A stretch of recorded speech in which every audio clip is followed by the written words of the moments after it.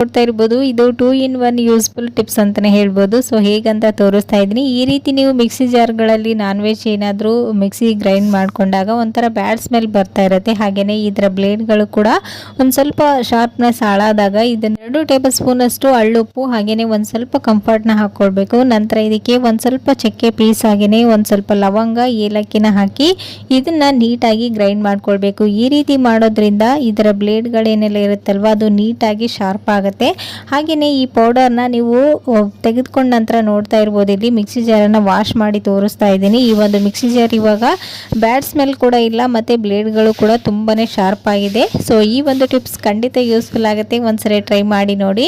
ಇದರ ಒಂದು ನೆಕ್ಸ್ಟ್ ಇನ್ನೊಂದು ಯೂಸ್ಫುಲ್ ಟಿಪ್ಸ್ ಏನಪ್ಪ ಅಂದರೆ, ಇಲ್ಲಿ ನೋಡ್ತಾ ಇರ್ಬೋದು, ಈ ಮಿಕ್ಸಿ ಜಾರಲ್ಲಿ ಗ್ರೈಂಡ್ ಮಾಡ್ಕೊಂಡ್ವಲ್ವ ಈ ಪೌಡರ್ನ ಬಿಸಾಕೋದಕ್ಕೆ ಹೋಗಬಾರ್ದು. ಯಾಕಂದರೆ ಲವಂಗ ಆಗಿರ್ಬೋದು ಮತ್ತು ಇದರಲ್ಲಿ ಕಂಫರ್ಟ್ ಮತ್ತು ಚಕ್ಕೆ, ಏಲಕ್ಕಿ ಪೀಸ್ಗಳನ್ನೆಲ್ಲನೂ ಹಾಕಿರೋದ್ರಿಂದ ಇದು ಒಂದೊಳ್ಳೆ ಸ್ಮೆಲ್ ಇರುತ್ತೆ. ಇದನ್ನು ನೀವು ಒಂದು ಈ ರೀತಿ ಜಿಪ್ಲಾಕ್ ಕವರಲ್ಲಿ ಹಾಕಿ ಇದಕ್ಕೆ ಒಂದು ಸ್ವಲ್ಪ ಪಿನ್ನ ಸಹಾಯದಿಂದ ಈ ರೀತಿ ಹೋಲ್ಸನ್ನು ಕ್ರಿಯೇಟ್ ಮಾಡಿಕೊಂಡು ಎಲ್ಲಿ ಬ್ಯಾಡ್ ಸ್ಮೆಲ್ ಬರ್ತಾ ಇರುತ್ತಲ್ವ ಈ ರೀತಿ ಕಬರ್ಡ್ಗಳಲ್ಲಾಗಿರ್ಬೋದು ಅಥವಾ ಬಟ್ಟೆ ಜೋಡಿಸಿ ಇರ್ತಿರ್ತೀರಲ್ವ ಅಲ್ಲಿ ನೀವು ಈ ಒಂದು ಕವರ್ನ ಇಟ್ಕೊಳ್ಳೋದ್ರಿಂದ ಆ ಕಬರ್ಡ್ ಫುಲ್ ಎಲ್ಲನೂ ಒಂಥರ ಒಂದೊಳ್ಳೆ ಸ್ಮೆಲ್ಲಿಂದ ಕೂಡಿರುತ್ತೆ. ಸೊ ಇಲ್ಲಿ ನೋಡ್ತಾ ಇರ್ಬೋದು, ನಾನು ಸಾರಿ ಇಡುವಂಥ ಪ್ಲೇಸಲ್ಲಿ ಇದನ್ನು ಈ ರೀತಿ ಸೆಂಟ್ರಲ್ಲಿ ಇಟ್ಕೊಳ್ತಾ ಇದ್ದೀನಿ. ಈ ರೀತಿ ಇಡೋದ್ರಿಂದ ಇದರಲ್ಲಿ ಜಿರಳೆಗಳು ಸೇರ್ಕೊಳ್ಳೋದು ಅಥವಾ ಇಲಿಗಳು ಬಂದು ಈ ಸಾರಿಗಳನ್ನೆಲ್ಲ ಕಚ್ಚೋದು ಆ ರೀತಿ ಆಗ್ತಾ ಇರುತ್ತಲ್ವ. ಸೊ ಅದನ್ನು ನೀವು ಕಂಪ್ಲೀಟಾಗಿ ಅವಾಯ್ಡ್ ಮಾಡ್ಬೋದು. ಕಬರ್ಡ್ ಓಪನ್ ಮಾಡಿದ ತಕ್ಷಣ ಇದರಲ್ಲಿ ಒಂದೊಳ್ಳೆ ಸ್ಮೆಲ್ ಬರ್ತಾ ಇರುತ್ತೆ. ಸೊ ಈ ಒಂದು ಟಿಪ್ಸ್ ಕೂಡ ಖಂಡಿತ ಯೂಸ್ಫುಲ್ ಆಗುತ್ತೆ, ಒಂದ್ಸರಿ ಟ್ರೈ ಮಾಡಿ ನೋಡಿ, ಓಕೆನಾ.